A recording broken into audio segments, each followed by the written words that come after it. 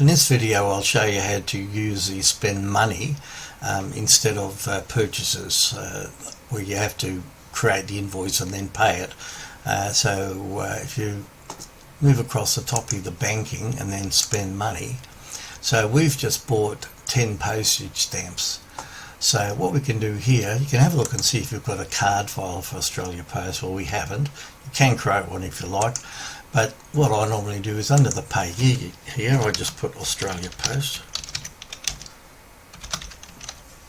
Oops.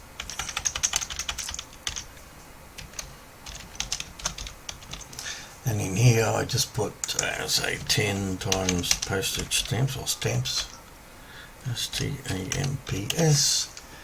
Okay, they're going to cost you say $10. You put in there, and what we can do here, so we paid from, let's say with a check, but if it was cash we could just write cash in there. And in here it's looking for the general ledger account, so it'll be a 6 number because it's a purchase.